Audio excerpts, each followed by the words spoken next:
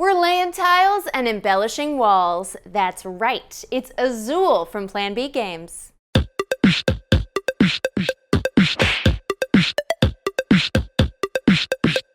In this crafty, competitive mosaic maker, 2 to 4 players take on the role of tile-laying artists, ordered by the King of Portugal to decorate the walls of his incredible royal palace.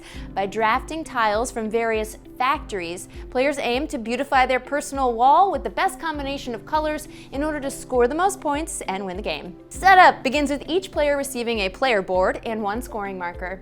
Each board has 2 sides. Use the side with the colored wall for your first few games. We'll talk about the gray variant side shortly.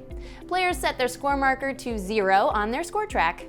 Next, depending on the number of players, set the factory displays in a circle at the center of the table. In a 2-player game, you're going to want 5 factories. 3 players means 7 factories, and 4 players, 9 factories. Then, you're going to fill the Azul bag with all 100 tiles, which are composed of 20 tiles in each of 5 colors. Select a starting player. The rulebook says whoever last visited Portugal, but for you non-travelers, let's say whoever last retiled their bathroom. Then give them the starting player marker. That player then fills each factory display with 4 tiles drawn randomly from the bag. Gameplay occurs in rounds, each divided into 3 phases: factory offer, wall tiling, and preparing for the next round. First, in the factory offer phase, the starting player places the starting player marker in the center of the factory displays and then makes a selection by taking all the tiles of the same color from any one factory display. They then transfer the remaining tiles on that display to the center of the circle. The player then adds the tiles they selected to one of the 5 horizontal pattern lines on the left side of their player board. Each line has between 1 and 5 spaces. Tiles must be placed right to left on the chosen line, and tiles on a single line must all be of the same color. Once all spaces of a pattern line are filled, the line is considered complete. Additionally, a player cannot place a tile in a pattern line that already has that color of tile in the corresponding line of their wall. If a player ever selects tiles they cannot or don't want to place in their pattern line, they must place them on the floor line from left to right. These tiles have fallen to the floor and provide negative points during scoring, so the less of them, the better. On subsequent rounds, a player may choose to take all the tiles of one color from the center area as well. The first person to do so also takes the starting player marker, adding it to their floor line. Though they will receive a point penalty, they also get the first pick of tiles in the next round.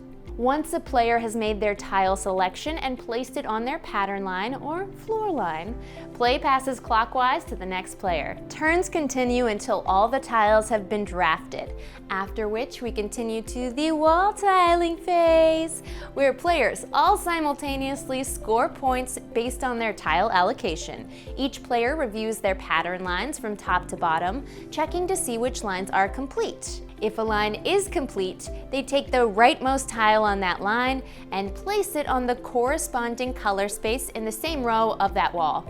They then immediately score points based on its placement. They then remove the leftover tiles from that pattern line and place them back in the box. Any tiles in lines which aren't complete stay on the player board for now. When scoring points for placing a tile on the wall, players follow 2 steps. First, they check for any tiles horizontally adjacent to the newly played tile. They score points for the number of tiles linked in this way, including the placed tile. For instance, in this placement, we would score 3 points. They then do the same for vertically adjacent tiles, counting the placed tile once again. So in this example, I'd gain another 3 points. If a tile is placed with no adjacent tiles, then it just scores 1 point. This will likely happen a few times in the first round as the wall is just beginning its life as a wall.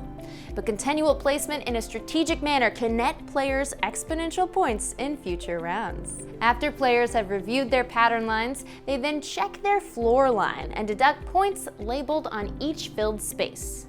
The players remove all tiles from their floor line and place them back in the box, because they're really just, the dregs of the tile world. Except for the starting player marker, which that player will keep for the next round. Finally, in the preparing the next round phase, the player with the starting marker refills the factory displays with 4 tiles, each from the bag. If the bag is ever empty, just refill it with all those tiles from the box. Gameplay continues to the next round. Rounds continue until one player completes a horizontal line of 5 tiles on their wall at the end of a wall tiling phase. Then the game ends and players score final points, as listed on the bottom right side of their board. Each player receives 2 points for each completed horizontal line on their wall, 7 points for each complete vertical line on their wall, and 10 points for each color with all 5 tiles placed somewhere on their wall. The player with the most points wins the game. In future matches, players can use the variant side of the board, which features a gray wall. The game rules are essentially the same, except players may now place their tiles on any space in the corresponding line during the wall tiling phase. They are still limited to 1 tile of each color on any vertical or horizontal line. Don't go crazy, okay? In that way, it's similar to the front of the board. And that's Azul. It's a great puzzle for all levels of players. It's perfect for the appetizer for any game night. Not like a food appetizer. Don't eat it. It's a game appetizer. I'm Becca Scott. This is Good Time Society, and I've really had a great time teaching you this game. If you liked it too, give us a like and hit that subscribe button and come join the conversation on Discord and Twitter. You can also watch us play games like this on Gameplay Live on Twitch on Saturdays and available for streaming right here on YouTube right now. Okay, enough plugs. See you later.